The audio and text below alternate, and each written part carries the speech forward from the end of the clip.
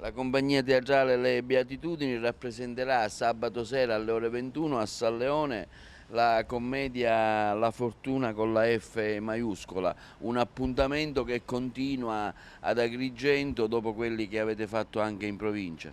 Sì, quest'anno abbiamo fatto qualcosina in più rispetto all'anno scorso, ma ormai diciamo che le rappresentazioni teatrali delle compagnie amatoriali diventano sempre una cosa più difficile da potersi fare perché i comuni non hanno disponibilità e di conseguenza fare gli spettacoli diventa problematico. D'altra parte noi non chiediamo soldi, solo il rimborso delle spese vive perché ci sono le spese, però purtroppo non si riesce a fare granché.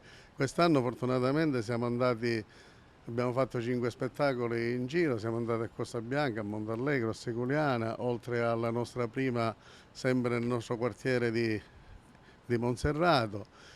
Contrariamente a quello che è successo l'anno scorso, che dopo aver fatto un anno di sacrifici, ragazzi, a provare due volte alla settimana, la sera, siamo riusciti solo a fare 2 spettacoli, uno lì nel nostro quartiere e l'altro ad Aragona. Quest'anno è andato un pochino meglio, ma noi lo facciamo solo perché ehm, come dire, siamo amatoriali, ci piace il teatro e allora ci cimentiamo in questa che chiamiamo attività secondaria, cercando di divertirci noi e di fare divertire anche la gente. Parliamo della commedia, ecco, la commedia diciamo, ha come padre appunto De Filippo, no? Però è arrangiata dal vostro regista.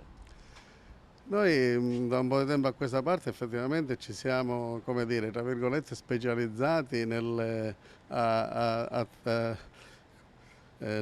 commedie di Edoardo De Filippo. Ne abbiamo già fatte diverse, sono tutte come dire, riviste e riformulate nel nostro dialetto, non tanto nel dialetto siciliano quanto nel nostro dialetto, dal nostro regista Felice Catalano e cerchiamo sempre di non di mantenere lo spirito e il messaggio che la commedia vuole portare. La Fortuna con la F maiuscola è una commedia brillante in 3 atti di Edoardo De Filippo e Armando Curcio.